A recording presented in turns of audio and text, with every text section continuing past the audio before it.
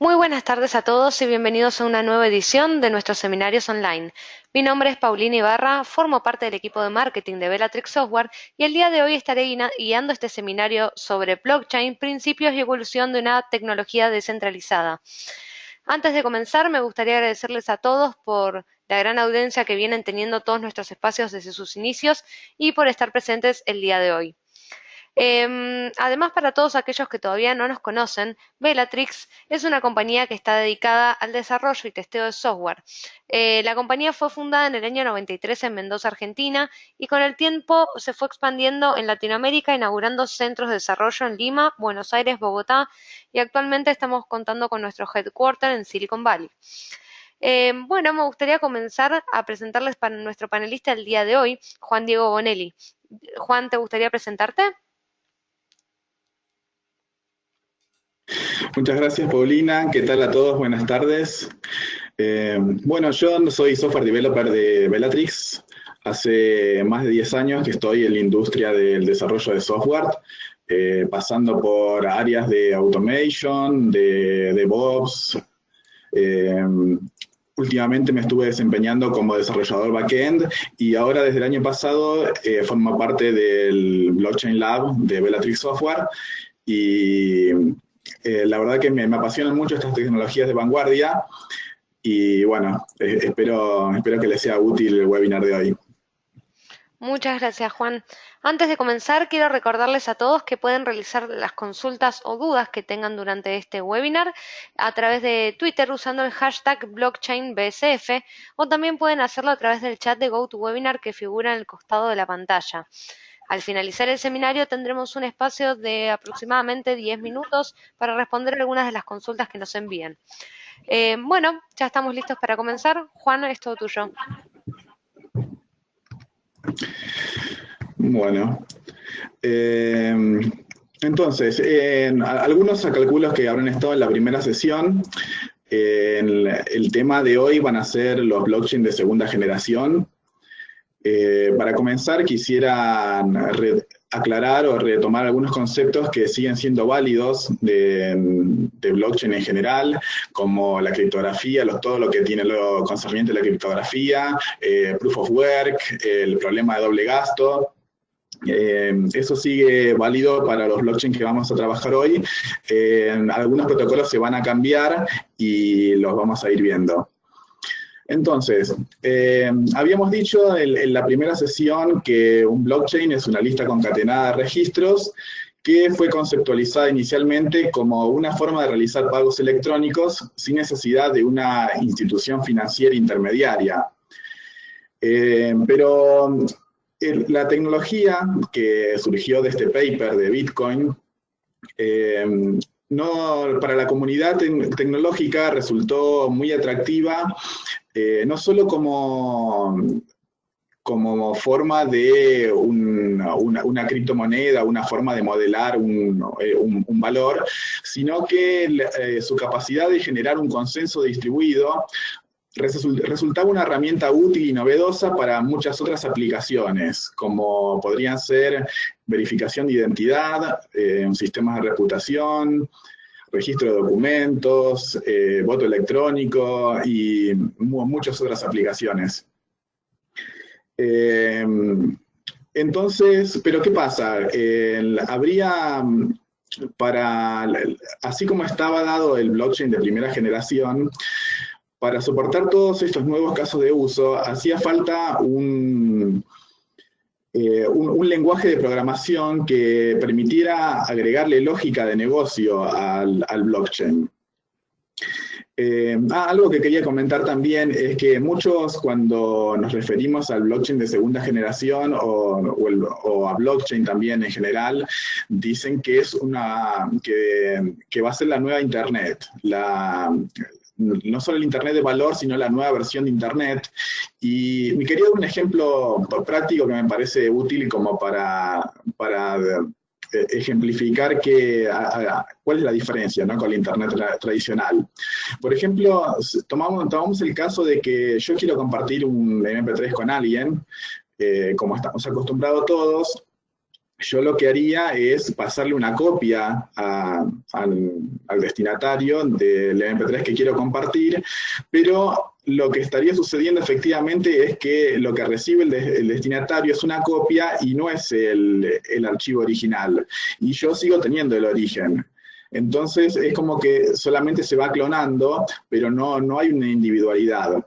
En el caso de blockchain, si yo quisiera repetir ese caso de uso, tendríamos que, yo le estaría pasando ese mismo MP3, pero le estaría pasando la copia única de ese MP3 y al transferirla yo la pierdo. Esa es la idea que hace que las transferencias en blockchain sean diferentes a las transferencias en Internet tradicional. Entonces, bueno, estábamos diciendo que necesitamos un lenguaje de programación. ¿Qué pasa? Acá tenemos tenemos varios ejemplos, ¿no? De varios iconos de cosas de casos de uso, digamos. Y bueno, así como nosotros decíamos que Bitcoin era el principal representante, o sea, fue el originador de blockchain y el principal representante de las criptomonedas de primera generación, para la segunda generación tomé Ethereum, que es el blockchain más difundido y el que tiene una comunidad de desarrollo tal vez mayor. Y algunas características de Ethereum es que es de código abierto, es de acceso público, programable como todos los blockchains de segunda generación, y ahora voy a hablar un poco a qué se refiere lo de ejecución distribuida. Cabe aclarar que no es el único tipo de blockchain. Cuando nosotros decimos que es abierto y de acceso público, es porque también podríamos tener blockchains de tipo consorcio, donde solamente una cierta cantidad de entidades tienen acceso y permiso a acceder al blockchain. Podríamos tener blockchain privados del todo, como si fuera interno de mi empresa y lo uso para fines internos o casos de usos propios. Pero en este caso nos vamos a estar enfocando en lo que es un blockchain público, que cualquiera se puede conectar, cualquiera se puede bajar el cliente de Ethereum y formar parte de la red. Decíamos que es programable. Ethereum, en el caso, hoy vamos a hablar de Ethereum en particular, y en este caso contamos con varios lenguajes de programación. El más difundido es Solidity, que es un lenguaje que tiene una sintaxis al estilo ECMAScript. No es el único lenguaje de programación que se puede utilizar. Inicialmente era más conocido en sus inicios Serpent, que ahora está siendo retirado y reemplazado por Viper. Ese era un lenguaje con sintaxis al estilo Python. Había también otro lenguaje para programación funcional, al estilo Lisp, que se llamaba Triple L. Y esto es así porque, en definitiva, lo que se va a estar ejecutando en el blockchain es un bytecode. Y en todos estos lenguajes de alto nivel que les estaba mencionando, en definitiva, antes de ser subidos al blockchain, se van a compilar a este bytecode de Ethereum. Bueno, smart contracts, ¿no? Los smart contracts es una característica, es algo que surgió con los blockchains de segunda generación. No son más que una pieza de código, pero a diferencia de piezas de códigos tradicionales, lo que los hace especiales es que son autónomos, autosuficientes y que se van a ejecutar en un blockchain. Acá les puse el Ethereum Virtual Machine, que es un concepto importante que se agrega en estos blockchains de segunda generación, que es el motor de ejecución que va a interpretar y ejecutar este código, este bytecode que nosotros estamos subiendo.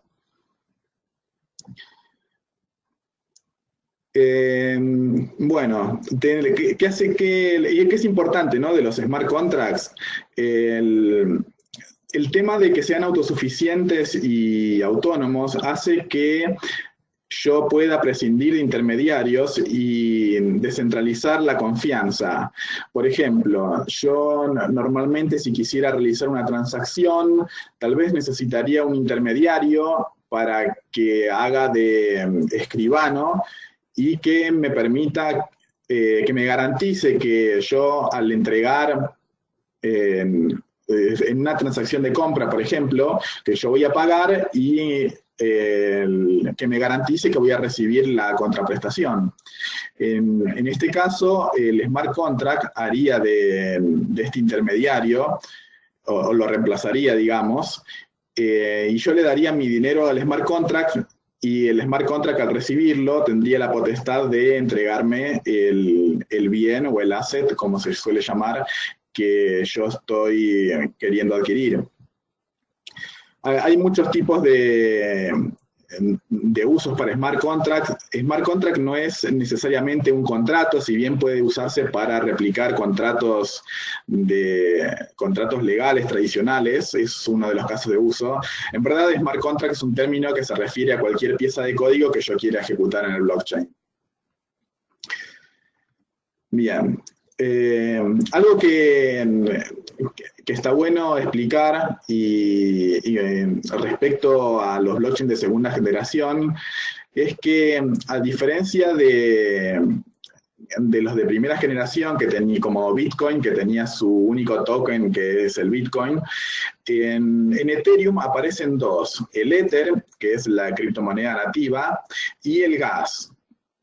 Y este gas aparece justamente por el tema del lenguaje de programación y la capacidad que tiene de ser un lenguaje Turing completo. ¿Qué es esto de Turing completo? Es un lenguaje que tiene la capacidad de resolver cualquier tipo de problema computacional. Por ejemplo, Bitcoin tiene un lenguaje de scripting que me permite, por ejemplo, ejecutar transacciones con múltiples firmas, o que se ejecuten con un disparador de tiempo. Pero el lenguaje de scripting de Bitcoin no es Turing completo, porque no permite, por ejemplo, hacer bucles, o no permite recursividad, tiene recursos limitados en cuanto a la memoria persistente.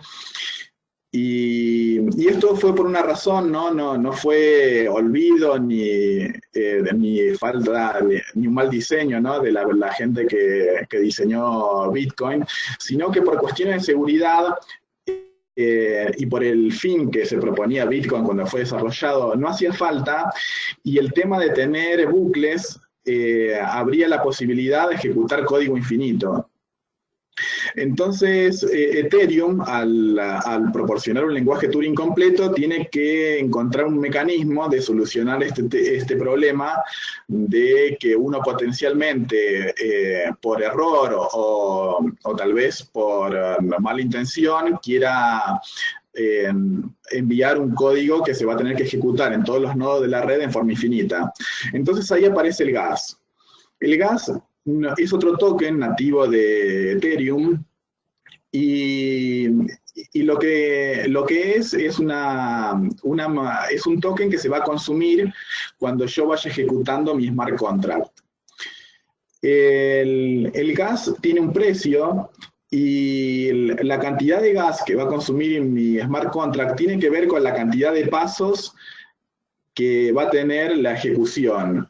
Y esto es dinámico. Es difícil calcular a priori, cuando uno programa en un lenguaje de alto nivel, cuánto gas va a consumir. Esto, cuando se compila, tiene una cierta cantidad de pasos, y la máquina virtual de la Ethereum Virtual Machine de cada nodo cuando la empiece a ejecutar, va a empezar a contar los pasos. Y lo que uno configura cuando suben smart contracts es la cantidad máxima de gas que está dispuesto a pagar. Y esto tiene una medida que es el Wei, que es la 1000 millonésima parte de un Ether, no es muy costoso, ¿no? Pero lo importante de esto es que, bueno, hay un precio fijo del gas y la cantidad de gas consumida por el smart contract multiplicado por el precio del gas me da una cantidad de Waze que no debe sobrepasar la cantidad máxima que yo estoy dispuesto a pagar por la ejecución de este smart contract. ¿Y qué pasa bueno, el caso típico es que el smart contract no consuma todo el límite, termine y a mí se me reintegre el Ether que yo no necesité, que me sobró, digamos, de lo que yo estaba dispuesto a pagar. ¿Y qué pasa si no alcanza? Si, por ejemplo, tuve un bug en mi código y tuve una recursividad que no terminaba, me fue difícil de verlo cuando lo testé y se consumió todo el gas. Bueno, en ese caso, el smart contract se hace una especie de rollback y no se va a ejecutar. Pero bueno, de todas formas yo perdí el gas porque la gente la máquina virtual lo intentó ejecutar y lo consumió. Hay otros tokens que muchos habrán oído hablar de ICOs, que son proyectos que generan un token nativo de su proyecto y que funcionan sobre Ethereum. Hay varios estándares, los más comunes son el ERC20 y el ERC721. El ERC20 es una entidad propia que se almacena sobre Ethereum y funciona parecido al Ether, pero con una funcionalidad para una aplicación específica. El ERC21 es para los tokens no intercambiables, es decir, que no da lo mismo tener un token que otro, y en estos tokens no son divisibles y son para elementos que tienen una representación en la realidad o que, por ejemplo, son coleccionables, como el caso de los CryptoKitties, que tal vez algunos hayan oído hablar, que son elementos digitales coleccionables, y no es lo mismo un CryptoKitty que otro, cada uno tiene su identidad propia, entonces no se transfieren distintamente como los tokens RC20. Hay muchos más tokens, pero esos son los estándares que vale mencionar como más conocidos. Bueno, y acá les puse escalabilidad y performance de la red, ¿no?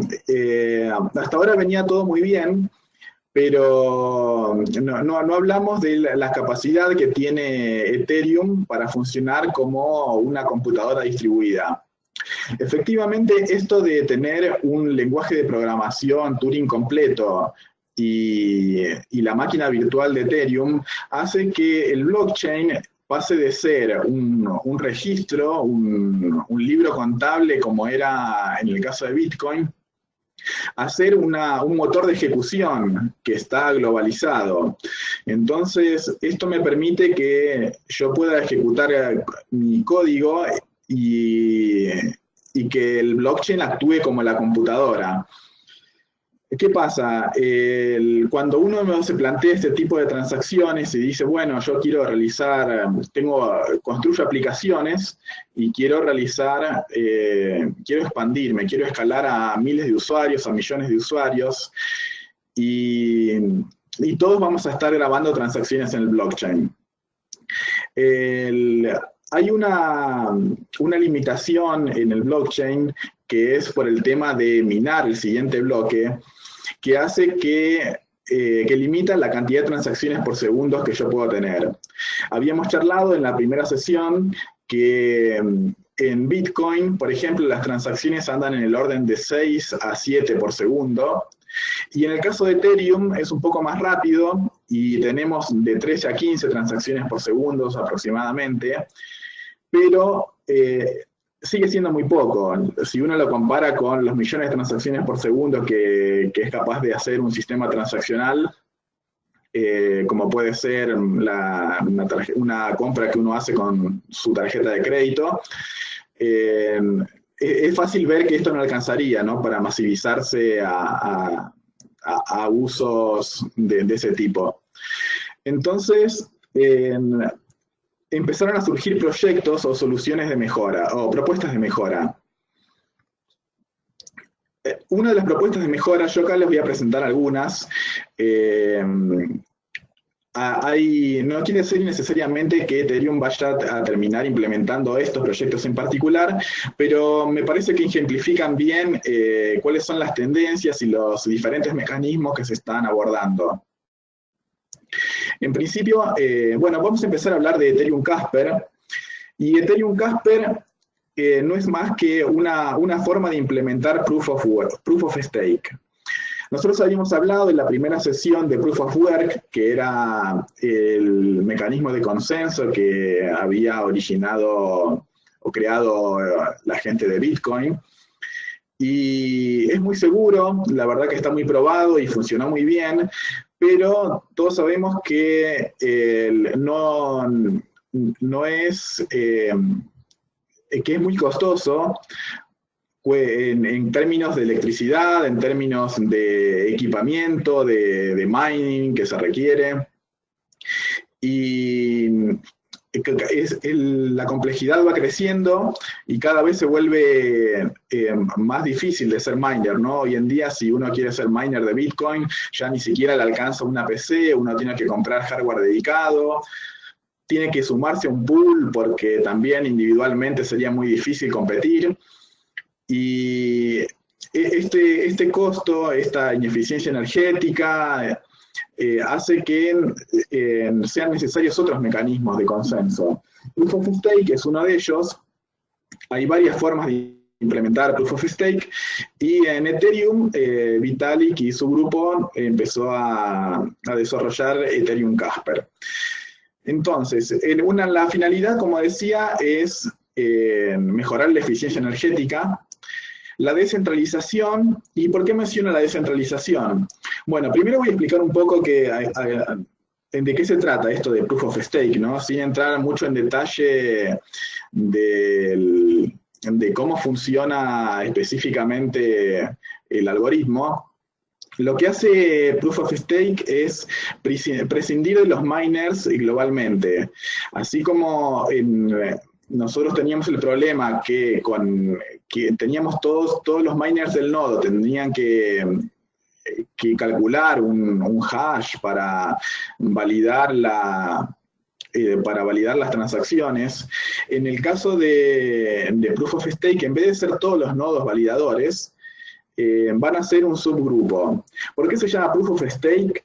Porque el stake es lo que se juega a cada validador para garantizar que va a obrar de buena fe. Los validadores, a su vez, van a poder usar diferentes tipos de algoritmos para validar. Yo podría tener, por ejemplo, que los validadores usen Proof of Work para validar y que minen los bloques. Y de todas formas sería un gran ahorro, porque en vez de tener a la red global haciendo minería, tendría un grupo reducido de máquinas calculando el mining. Pero en el caso de Casper en particular, la idea es tener una verificación al estilo de los generales bizantinos. Se llama Byzantine Fault Tolerance, el algoritmo. Y la idea es que cada validador va a intercambiar mensajes con los otros diciendo cuál le parece que es el nodo válido. Los que apuesten en contra los que apuesten por nodos que no van a resultar en la cadena válida van a perder su apuesta en Ether, en criptomoneda de la red. Entonces, eso hace que los validadores no quieran votar por un nodo falso, digamos, porque tendrían un impacto económico. Bueno, y esto trae, retomando el primer punto que habla de descentralización, nos dice, bueno, pero caramba, nosotros estamos alabando la descentralización del blockchain y ahora vamos a decir que la validación está concentrada en un pequeño grupo. Y para eso les traigo este otro slide que muestra más o menos la distribución de poder de cómputo de la red Bitcoin.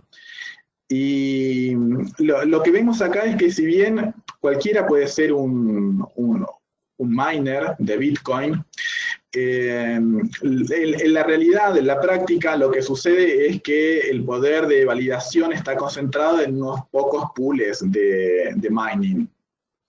Entonces, en la práctica no es tan distribuido como cabría pensar, no tenemos millones y millones de nodos que van a estar con peso propio votando, sino que, bueno, hay 5 o 6 pools principales y si de alguna forma ellos complotaran, podrían tener un impacto sobre la red. La verdad que esto ha funcionado muy bien a lo largo de los años. Si ha pasado que en su momento, algún pool ha crecido de manera alarmante, no llegando al 50%, pero sí con buena parte, y automáticamente sus miembros se han separado para justamente mantener el balance y la descentralización. Pero bueno, comparado con Proof of Stake, nosotros decíamos en Proof of Stake, algo que no expliqué y que valía aclarar, es que para ser elegido validador, cuanto más apueste, más chances tengo. Entonces uno dice, bueno, cuanto más dinero tengo, más posibilidad tengo de obtener rédito de validar, porque al igual que sucede con los miners, estos validadores que estarían recibiendo la comisión de la transacción y la moneda alternativo que genera el blockchain por minar nuevos bloques. Y entonces uno dice, bueno, cuanto más dinero, más probabilidades. Pero esta escala es lineal. Cuanto más Ether tenga para apostar o poner en juego, mis posibilidades crecen linealmente. En el caso de los miners tradicionales, por un tema de economía de escala, yo si tengo el doble de dinero, seguramente puedo adquirir más del doble del poder de cómputo que otro miner. Porque es esto que decía de la economía de escala, uno compra el hardware en cantidades y no le sale necesariamente el doble. Entonces, en el caso de Proof of Stake, estaría escalando de manera lineal. Y aparte, de la eficiencia energética y el ahorro económico de no tener que cada vez más invertir en hardware, facilita la escalabilidad, porque no necesito que el algoritmo sea tan difícil de calcular, como en el caso de Bitcoin, que lo tengo que andar ajustando porque cada vez el hardware es más rápido, cada vez los pools crecen más, y para mantener una tasa de mining estable, es necesario aumentar la dificultad para que tarden al mismo tiempo con más poder de hashing.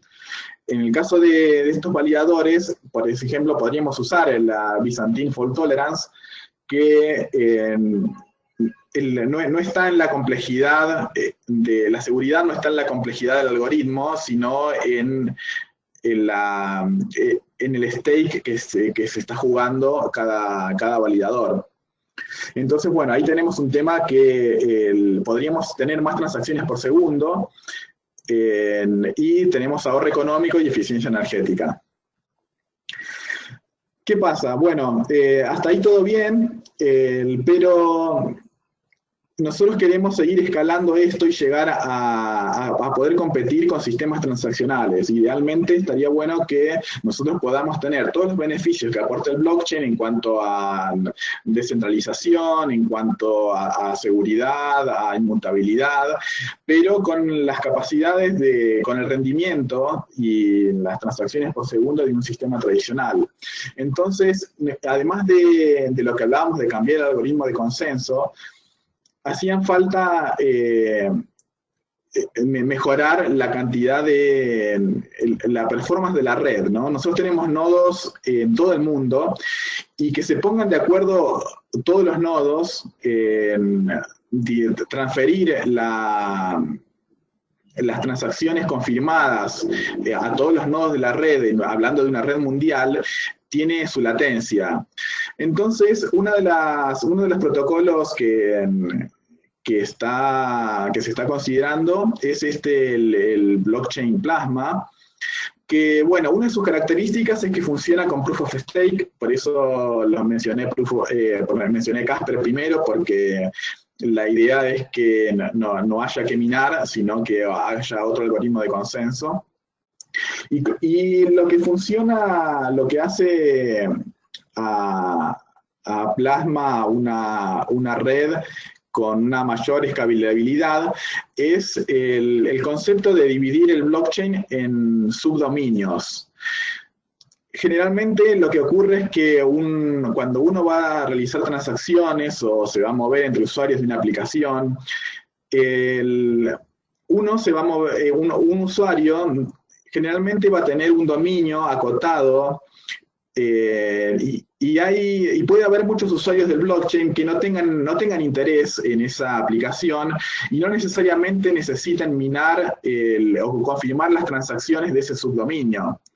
Entonces, el concepto de Plasma, por ahí alguno que esté familiarizado con el concepto de sharding, tiene que ver un poco con eso.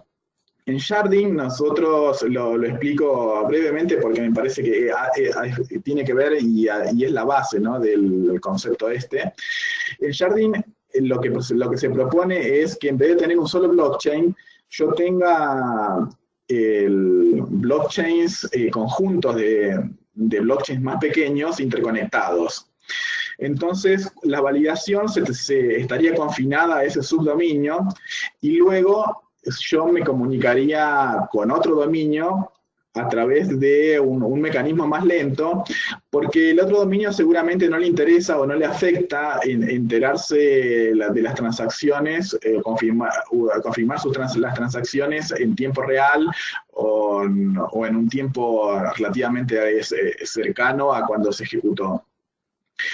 Pero bueno, lo que hace Plasma, en vez de dividir el blockchain raíz en subdominios, es generar sidechains que se van a acoplar de manera jerárquica. Acá tengo un gráfico, por ejemplo, que creo que nos ayuda a ejemplificar, en donde uno tiene un blockchain raíz, que en este caso sería el blockchain de Ethereum, y encima distintos niveles de sidechains donde se van a ir confirmando transacciones. Después las transacciones confirmadas en un sidechain se van a propagar hacia los sidechains de niveles inferiores. Pero la ventaja que tiene esto es que para el usuario, para la aplicación que realice la transacción, la respuesta sería casi inmediata y el tiempo de propagación se realizaría por detrás y a otra velocidad. ¿Qué problemas tendría un sistema así, ¿no? Donde yo tenga estos sidechains. Bueno, primero las ventajas, ¿no? No necesariamente todos los sidechains tienen que tener el mismo algoritmo de consenso. Yo simplemente podría usar mi propio algoritmo de consenso y solamente estaría transmitiendo la confirmación. Y eso podría agilizar, por ejemplo, que en vez de usar mining, uso Proof of Stake o lo realizo en una federación con una cantidad de nodos específicas, pero sería responsabilidad de cada sidechain asegurar que su nivel que este blockchain, este tier de blockchain, es seguro y no va a ser corrompido. Por ejemplo, si hubiera, no es lo mismo, por ejemplo, es el mismo concepto o el mismo peligro que uno tiene con sharding, que uno dice la fortaleza que tiene Bitcoin es que uno para poder crear una cadena falsa, digamos, de nodos, necesita el 51% de la red, el 51% de poder de cómputo, superarlo para que no se genera otra cadena más larga a medida que yo voy generando la mía. En el caso de si son pocos los nodos, esto es un subdominio, y en vez de tener millones de nodos distribuidos en el mundo, tengo 100 nodos, yo solamente tendría que superar el poder de cómputo de esos 100 nodos, lo cual sería mucho más sencillo de alcanzar. Entonces, hay temas de seguridad a tener en cuenta. Por ahí podría suceder que uno de estos blockchains hijos sean comprometidos, en cuyo caso todos los nodos deberían inmediatamente salir de ese subchain y conectarse a otro. Y eso tiene sus complejidades, tiene sus algoritmos y sus mecanismos que están explicados en el paper. Si a alguno le interesa entrar en detalle, el paper de Plasma explica cómo funciona. Y el tema de funciones MapReduce es lo que mostramos acá en el tema de cómo se van transmitiendo o cómo van fluyendo los resultados hacia abajo hasta converger en un registro final. MapReduce es una técnica que algunos que sean programadores la habrán oído hablar, que es una forma de calcular un resultado por partes en diferentes bloques o en diferentes hilos y después unificarlos para obtener el resultado total. Y esto hace que uno gane en velocidad de cómputo. En este caso yo estaría pasando algo similar, yo tendría transacciones verificadas a distintos niveles de sidechain que luego se irían consolidando y agrupándose hasta grabarse en el root chain. Bueno, entonces habíamos hablado de mejorar el sistema de consenso, habíamos hablado de generar árboles jerárquicos de sidechains, un poco de sharding, de dividir el blockchain gigante en sub-blockchains más pequeños para acelerar el consenso. Y todavía esto no sería suficiente, ¿no? Esto, para tener una idea, una perspectiva, nos estaría moviendo de los 2 dígitos a los 3 dígitos, o 4 como mucho, y uno quiere llegar a varios miles o incluso millones de transacciones. Entonces, ¿qué se propone? Uno de los proyectos que les voy a contar ahora se llama Raiden. Este es similar a lo que está en Bitcoin y se conoce como Lightning Network, que es una red paralela que permite transacciones off-chain. La idea es que en vez de que todos los usuarios estén conectados a la misma red, poder tener que para poder tener el consenso global que uno todavía le interesa, pero que es el cuello de botella, lo que propone esta solución es que los usuarios pueden intercambiar mensajes de forma privada. Por ejemplo, tal vez mi aplicación requiera que yo intercambie varios mensajes y después finalmente confirme el resultado de una ejecución completa y para registrar en el blockchain. Seguramente no quiera o no me interese que todos los pasos intermedios hayan sido grabados en el blockchain. O por ejemplo, otro caso, uno muy común que es un ejemplo clásico para Lightning Network, es el tema de las microtransacciones. Yo quiero ir a comprar, quiero pagar con criptomoneda un café en Starbucks y ¿qué pasa? Yo por ahí, para grabar si voy a usar Bitcoin, la comisión que tengo que pagar en Bitcoins para realizar mi transacción, seguramente me salga más caro que el café. Entonces, no sería viable. Lo que propone este sistema es abrir un canal de pago, para este caso que estamos hablando de hacer un pago, punto a punto entre los interesados, ¿no? Entonces, en este caso, yo como usuario, como comprador, abriría un canal de pago con Starbucks y el blockchain yo realizaría pagos en ese canal y en el blockchain no se impactarían cada vez. Se impactaría al principio para registrar el canal de pago cuando yo abro el canal, y después cuando yo cierro el canal de pago para efectivamente transferir los bitcoins en el caso de Lightning Network, o el Ether en caso de Raiden, que es para Ethereum. Y cuando se cierra el canal, digamos, recién ahí se estaría impactando todas las transacciones que fueron realizadas en el blockchain raíz. Esto me reduce a que yo por ahí compré café todos los días, o varias veces por día, tengo 30 transacciones, y, por ejemplo, yo podría cerrar mi canal de pago una vez al mes. Entonces, estaría teniendo una transacción a la apertura del canal y otra transacción al cierre del canal, y reduciría de 30 o 60 transacciones a 2 nada más. Pero esto todavía se mejora más. Yo no necesariamente tengo que abrir un canal de pago con Starbucks, sino que por ahí yo ya tengo un canal de pago abierto con otra persona por una transacción previa que necesité hacer antes, y esta persona resulta que también también compró en Starbucks y ya tiene un canal abierto, un canal de pago abierto con Starbucks. Entonces yo lo que puedo hacer es transferir mi compra a través del canal de pago que tengo abierto con este otro usuario, y que ese usuario le transicione el pago a Starbucks, a su vez, que él ya tiene abierto el canal. Esto me evita tener que cada vez abrir un canal, y entonces acá estaríamos hablando de que en vez de reducir a 2 transacciones,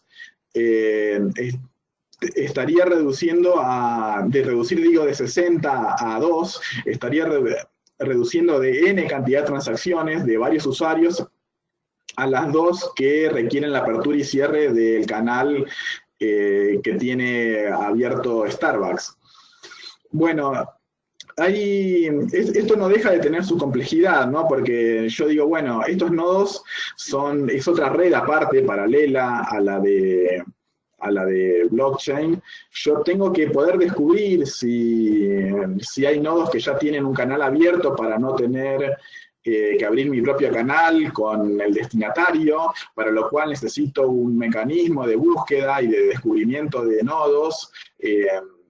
Tiene que haber nodos bien conectados, que se les dice que sean conocidos, para decir, bueno, yo me conecto a este nodo que ya sé que tiene muchos canales abiertos con mucha gente, y me va a permitir realizar varias transacciones. Entonces ya sé que hago un solo canal con un nodo bien conectado y tengo conectividad con muchos nodos. Esto aumenta la escalabilidad, aumenta la velocidad, porque estas transacciones sobre el canal serían prácticamente instantáneas. Existe el tema de la privacidad, que todas las transacciones intermediarias no se registran en el blockchain, solamente se registra la apertura y el cierre.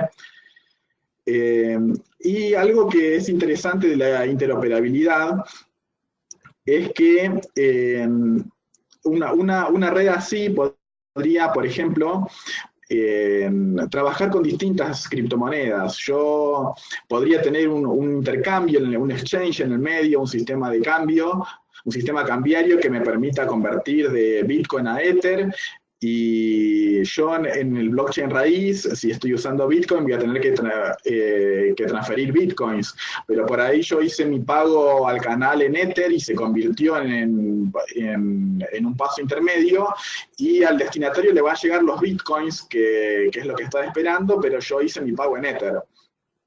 Son algunas de las cosas que posibilita, ¿no?, esta tecnología. Bajas comisiones, porque esto está relacionado a que yo no voy a tener que pagar a los miners de Bitcoins, en el caso de Bitcoins, o a los de Ethereum, sino que voy a tener que solamente, no va a dejar de haber una comisión, porque estos nodos de la red Raiden o de la red Lightning necesitan un incentivo para tener sus nodos levantados 24/7, y para querer ser nodos bien conectados y recibir muchos usuarios. Pero estamos hablando de comisiones mucho más bajas de las que serían si uno quisiera grabar en el nodo raíz. Y aparte de la velocidad, ¿no? Y bueno, como les he comentado, esto permite micropagos, a tener comisiones bajas, tiene sentido o tiene viabilidad, digamos, hacer transacciones por valores bajos. Algo combinando un esquema, combinando con los tres sistemas que charlamos antes, serían, por ejemplo, tener el blockchain de Ethereum como mainnet arriba, que a su vez Ethereum estaría implementando algún mecanismo de consenso más ecológico que Proof of Work, como puede ser Proof of Stake. Encima se le podría comunicar, se le podría armar la jerarquía de sidechains que había comentado con el protocolo Plasma, y arriba de Plasma podría tener lo de los canales de pagos para permitir contratos instantáneos o pagos instantáneos, que agilizaría aún más la cantidad de transacciones por segundo. A ver, algunas conclusiones, ¿no? Nosotros discutimos unas cuantas mejoras de los blockchains de segunda generación. Algunas se están aplicando, como el caso de Lightning Network, a los blockchains incluso de primera generación como Bitcoins para hacerlos más escalables. Y hay una nueva generación de blockchains que directamente están atacando este tipo de problemas de escalabilidad y de performance de otra manera. Por ejemplo, a una red como Bitcoins, como Ethereum, le costaría modificar fundamentalmente su estructura de blockchain porque ya hay muchas aplicaciones y muchos desarrollos que dependen de ello. Y la forma de mejorar sería, como vimos en el stack anterior, crear protocolos encima de la red que no afecten fundamentalmente la red de base. En los blockchains de tercera generación, que no tienen de esa limitación, ellos se proponen, por ejemplo, decir, bueno, en vez de que un nodo se comunique secuencialmente con otro, yo puedo hacer que un nodo se comunique con dos nodos para verificarse, como hace IOTA, y en vez de tener un blockchain tengo un tangle, que lo llaman ellos, o tengo un grafo en vez de tener una cadena.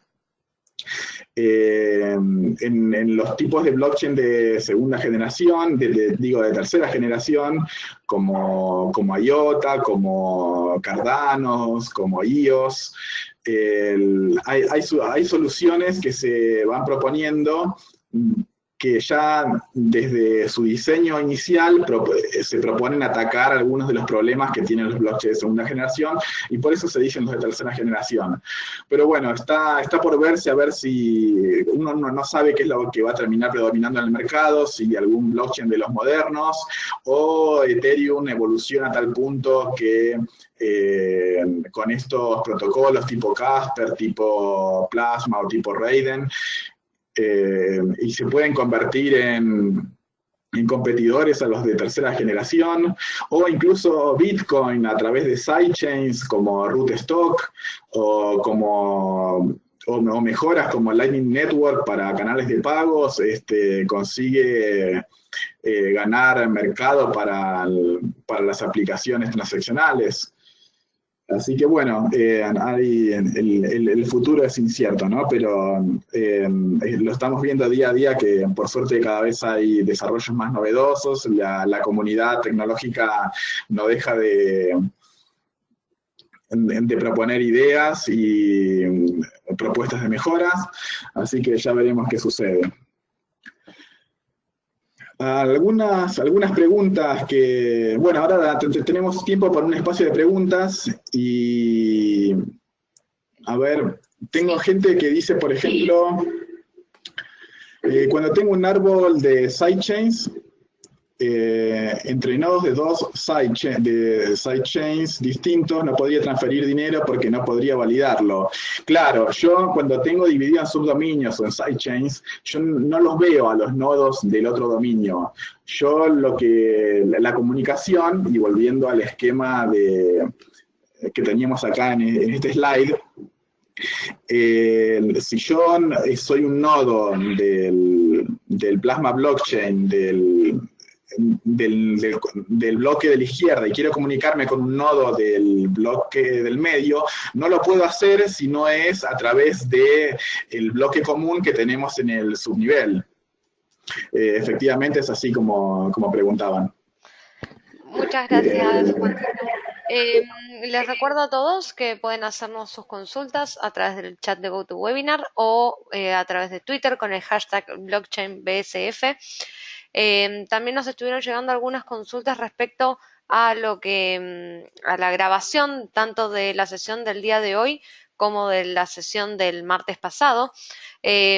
Queríamos comentarles a todos que en el transcurso del día de mañana muy probablemente les hagamos llegar ambas grabaciones, así como las presentaciones que estuvieron en las que se estuvieron basando los chicos, tanto Sergio como Juan.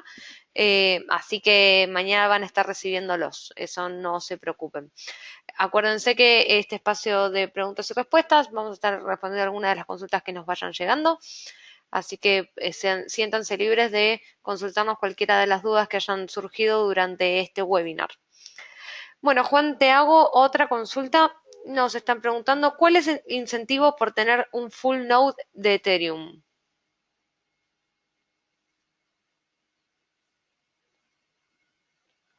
Juan, ¿me pudiste escuchar?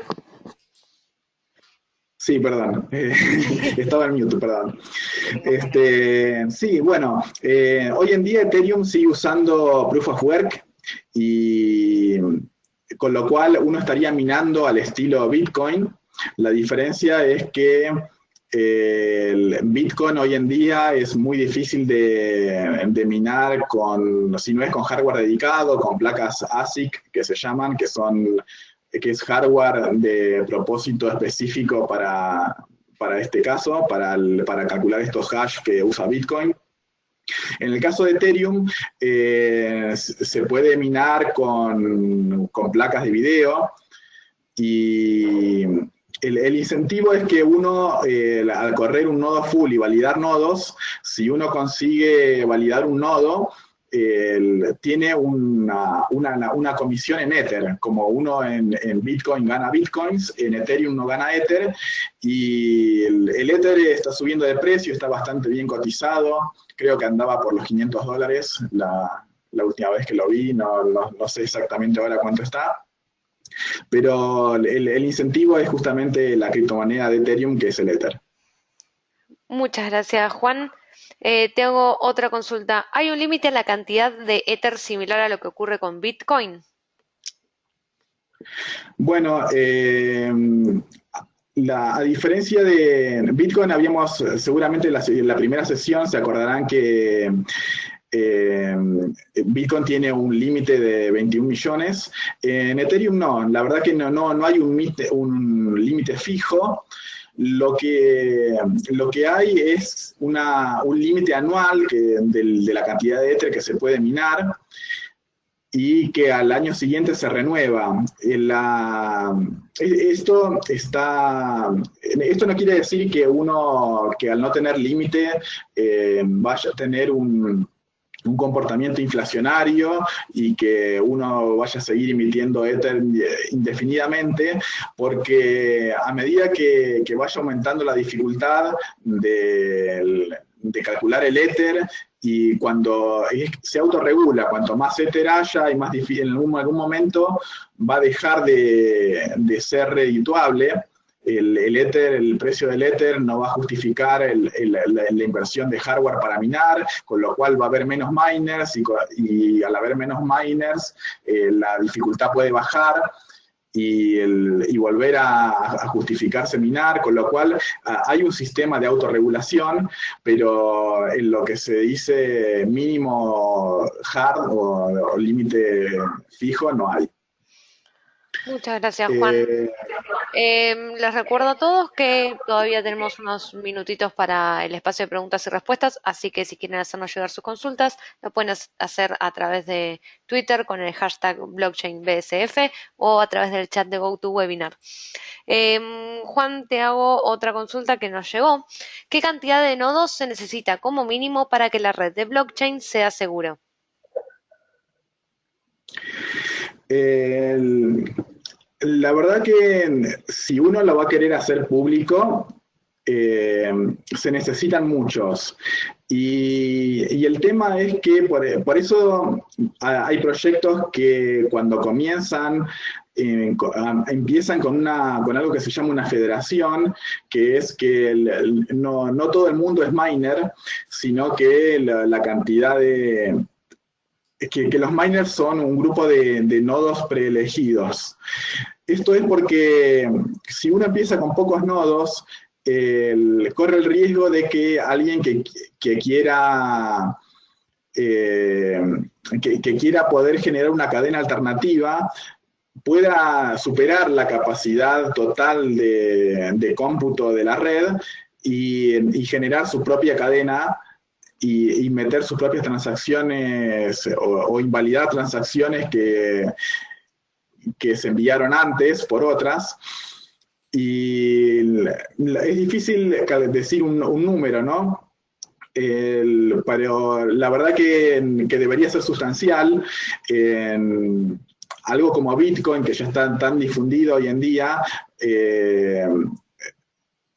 ya están los millones de nodos y sería difícil para una startup comenzar y decir, bueno, tengo mi nuevo blockchain y lo lanzo abierto a público y mining, al estilo mining que tiene Bitcoin.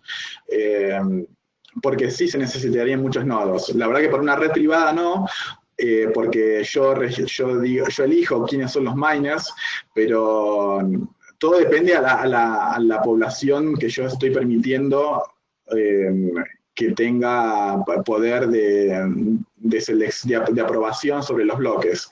Cuanto más gente yo eh, quiera permitir que sean miners, más cantidad de nodos voy a necesitar a la red.